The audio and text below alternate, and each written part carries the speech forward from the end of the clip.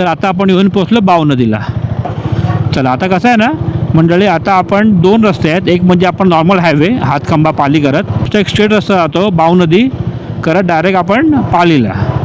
हा एक स्ट्रेट रस्ता जातो डायरेक्ट बाहेर पडतो पालीला. आणि हा आपला मुंबई गोवा हायवे. तर आपण हा रस्ता जरा ट्राय करूया. कधी केला नव्हता मी आधी, खूप आधी केला होता. विचार करू आता पण जरा हा ट्राय करूया. आता तुम्हाला पाहायला मिळणार आहे बाव नदी टू लांजाचा प्रवास आतल्या रस्त्याने. रस्ता तर चांगलाच आहे, नो डाऊट, मस्त रस्ता आहे. आणि हा डायरेक्ट बाहेर पडतो पालीला. आणि आपले टोटल 10 किलोमीटर वाजतात. हा रस्ता इज गुड मॅन. आधी हा रस्ता आय थिंक खूप बेकार होता. फक्त जर रस्ता लहान आहे, सिंगल वे आहे, गाडीचा आरामात चालू आहे.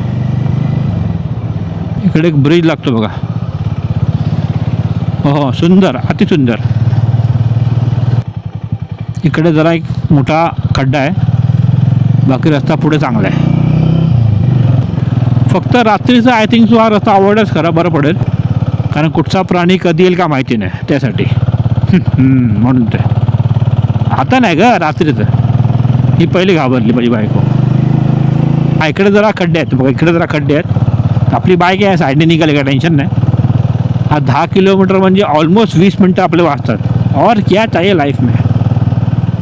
म्हणजे मी असं म्हणेन, जर तुम्हाला पालीच्या पुढे जायचं असेल कुठे पण, नॉट एक्झॅक्टली लांजाच्या पुढे राजापूर मालवण जायचं असेल ना, तर तुम्ही हा शॉर्टकट घेऊ शकतात फॉर शुअर. मी असं म्हणेन तुम्हाला.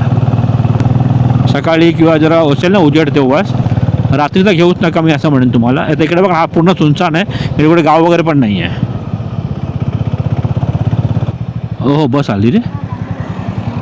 हां हे बघा इकडे लिहिलं बघा, लांजा गोवा वरती. चला वरती, चला वरती, चला.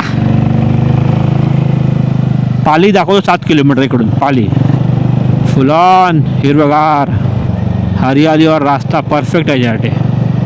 काय सरळच्या सरळ रस्ता आहे बघा, एक नंबर. तर आता अशा स्पॉटला आल्यावर आपल्याला जायचं स्ट्रेटच, राईट नाही घ्यायचं आपल्याला. Yes stretch. चला हां हा आलो आपण पालीला आलो. पालीला हे बघा, हे समोर आलं पाली. क्या बात आहे. फक्त इकडे एंडिंगचा रस्ता जरा खराब आहे. हा बघा फायनली आपण येऊन पोचले पालीला.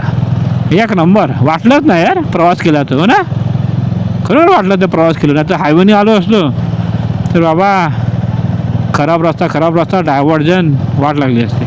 पाली करतो एक्झिट.